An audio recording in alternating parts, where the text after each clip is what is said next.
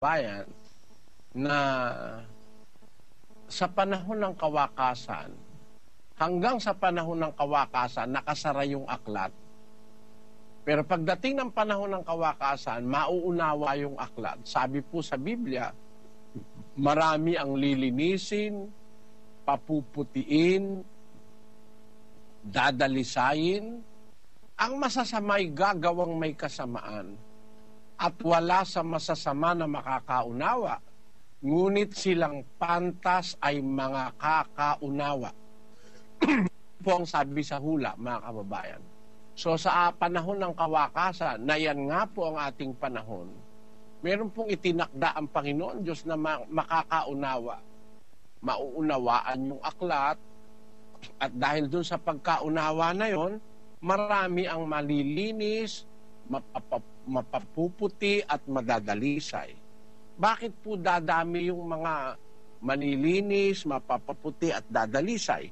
Yung kasing pantas makakaunawa. Ano po ang gagawin ng mga pantas sa 12:3 ng Daniel? At silang pantas ay sisilang na parang ningning ng langit, at silang magagbabalik ng marami sa katwiran ay parang mga bituin magpakailanman. Ang gagawin po pala ng mga pantas, magagbabalik sila ng marami sa katwiran. So magiging kasangkapan sila ng Diyos para ang mga tao magbalik loob sa Diyos, magbalik sa katwiran. Kaya meron pong hula na mga pantas, mauunawaan nila yung nakasarang aklat na nakatatak, at pagka naunawa nila yon, ibabalik nila ang marami sa katwiran. Magiging kasangkapan sila ng Diyos sa pagbabalik loob ng kapwa-tao. Yan po ang aming pinanghahawakan. Kaya kami nagpipilit, mga kababayan, na against all odds and against all persecutions, sa kabila ng napakaraming mga pag-uusig at paghadlang, nagsisikap kaming sa lahat ng paraan makarating sa inyo ang mensahe ng aklat na nakasara, na dumating na po ang panahon ng kawakasan, mga kapatid. Hindi na po masyadong matagal ang ating ipaghihintay, kasi pagka yung panahon ng kawakas ay dumating, pag nabuksan yung aklat, naunawaan yung aklat na nakasara, pagkatapos po nun may darating ng kawakasan. Yung panahon ng kawakasan, panahon po yun. Pero meron pong sa loob ng panahon, merong isang araw doon, kung saan yung araw na yun ang magiging huling araw naman na sinasabi ng ating Panginoon. Ang kawakasan po, parang isang proseso, hindi basta bigla-bigla wakas na, kundi meron tayong makikita na mga pangyayari bago dumating yung final na wakas. At ang tunay na wakas, yung pagbabalik ng Panginoong Hesukristo. Pakinggan nyo sa 6:44 ng Juan. Walang taong makalalapit sa akin, maliban na ang amang nagsugo sa akin, ang sa kanya'y magdala sa akin, at siya'y aking ibabangon sa huling araw. Ayon, meron pong tinatawag si Kristo na yung mga taong dinala sa kanya ng Ama, yung mga naglingkod sa kanya, ibabangon niya sa huling araw. Ayon, sa huling araw. Ibig sabihin nung huling araw, kahuli-hulihan na yon. Babangon na yung patay. Pagdating ng ibabangon ni Kristo yung kanyang mga alagad. Ano po ba ibig sabihin sa Biblia nung ibabangon? Basahin natin ng 11 ng Juan. Ganito po ang pahayag ng talata ng kasulatan, mga kapatid. 11:25. Sinabi sa kanya ni Jesus, "Ako ang pagkabuhay na mag-uli at ang kabuhayan. Ang sumasampalataya sa akin, bagamat siya'y mamatay, gayon may mabubuhay siya." Ayan, sabi po ni Kristo yan kay Marta at saka kay Maria, ang sumasampalataya sa akin, bagaman siya'y mamatay, mabubuhay siya. Ay, nung nag-uusap ang Panginoong Hesus at saka si Marta at si Maria tungkol kay sa kanilang kapatid na namatay na si Lazaro. Ang sabi ng Panginoong Hesus kay Maria at kay Marta ay ganito. Basahin na natin yung 21, kapatid na Luz. Sinabi nga ni Marta kay Jesus, Panginoon, kung ikaw sana'y narito, bisin ang kapatid ko ay hindi namatay. At ngayon man na may nalalaman ko na anumang hingin mo sa Diyos ay ipagkakaloob sa iyo ng Diyos. Sinabi sa kanya ni Jesus, magbabangon uli ang iyong kapatid. Si Marta ay nagsabi sa kanya, nalalaman ko na siya'y magbabangon uli sa pagkabuhay na mag-uli sa huling araw. Ayon, sabi ni Marta kay Panginoong Jesus, nalalaman ko na magbabangon siya uli sa pagkabuhay na mag-uli sa huling araw. So talagang meron pong tinutukoy sa Biblia na pagkabuhay na mag-uli sa huling araw at doon magbabangon lahat ng patay. Kaya ang panahon po ng kawakasan, natatapos yung kawakasan na yon. Ang pinal po nun ay yung pagbabangon uli at yun po yung tinatawag na pagkabuhay na mag-uli sa huling araw. Pagkabuhay na mag-uli ng mga patay. Yan po ang tinatawag na huling araw sa Biblia. Alam nyo ba na si Manalo hindi naiintindihan yung huling araw? Basahin natin ang pasugo ng iglesia ni Manalo. Sa kanilang pasugo, hindi naiintindihan ni Manalo kung ano yung salitang huling araw sa Biblia. Kasi yung sa Biblia po, yung huling araw, yun po ang tawag dito. Yun na yung pagbabangon ng mga patay. Aba, si Manalo raw sugo ng Diyos sa huling araw.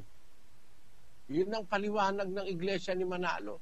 Yun pagbabangon na ng patay. Paano magiging sugo ng Diyos sa huling araw, pagbabangon na ng patay? Merong ganong, hindi yan.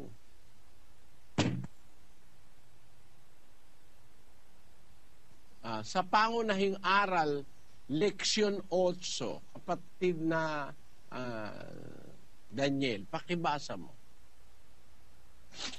Mga pangunahing aral na sinasampalatayanan ng Iglesia ni Cristo, pahina 35, kapatid na Felix Manalo, sugo ng Diyos sa huling araw.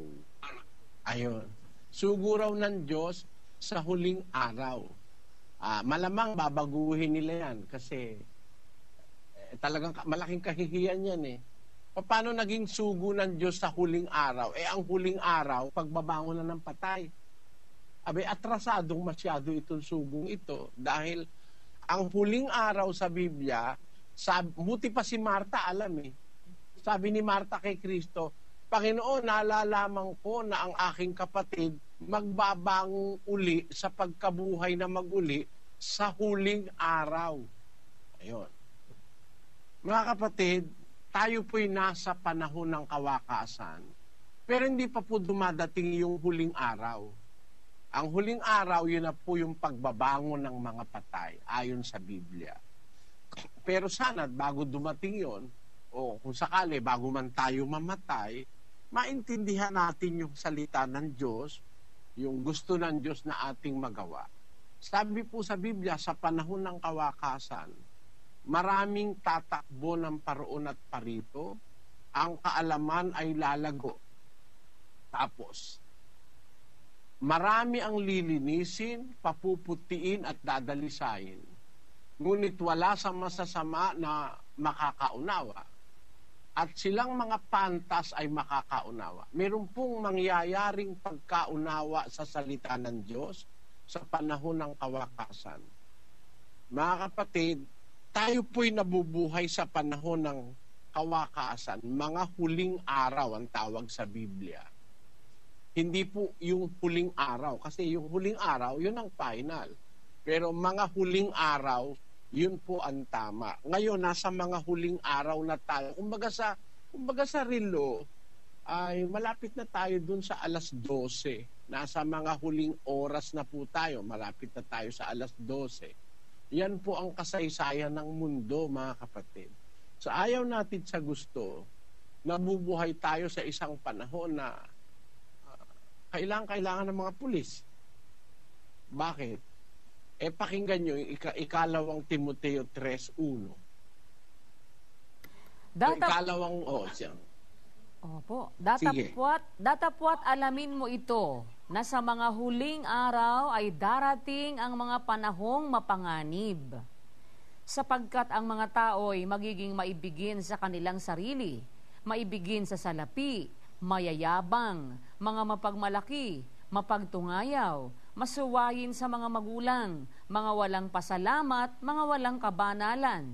Nakita nyo, 2,000 taon na nakakalipas, inihula na po sa Biblia, sa mga huling araw, darating ang mga panahong mapanganib. Bakit?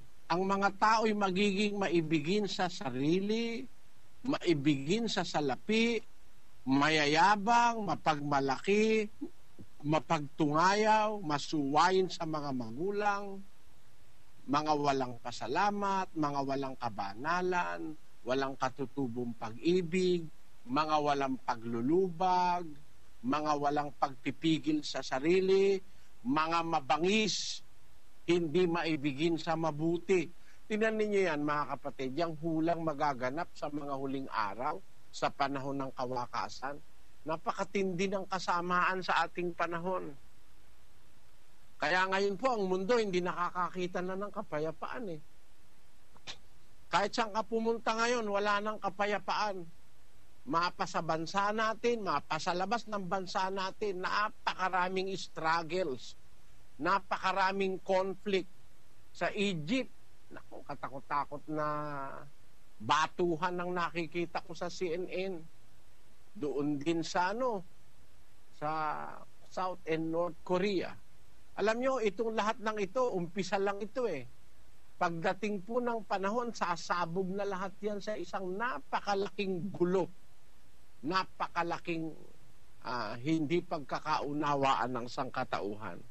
At ako po naniniwala ang magiging dahilan yan, relihiyon. Magkakaroon ng struggles, religious struggles. Although matagal na nangyayari yan sa Mindanao, yung away ng Kristiyano at Muslim. Local po version yan. Pero sa international version ay mas marami po ang madadamay, mga kababayan. At yan po'y mangyayari sa mga panahon ng kawakasan. Meron pong mga iba't ibang mga digmaan na mangyayari between nations and kingdoms. Sinasabi po ng Panginoong Hesus yan sa Mateo 24, versikulo 6. At makakarinig kayo ng mga digmaan at mga alingaw-ngaw ng mga digmaan. Ingatan ninyo na huwag kayong magulumihanan sapagkat kinakailangang ito'y mangyari datapwat hindi pa ang wakas. Sapagkat magsisitindig ang bansa laban sa bansa at ang kaharian laban sa kaharian at magkakagutom at magkakasalot at lilindol sa iba't ibang dako. Ayan, yan po ang mga palatandaan sa panahon ng kawakasan, mga kababayan. Makakarinig ang wika kayo ng digmaan, alingaw-ngaw ng mga digmaan. Pero hindi pa yun ang wakas. Pagka yung nakikita mo yung digmaan, hindi pa yun ang wakas. Bakit? May kasunod pa.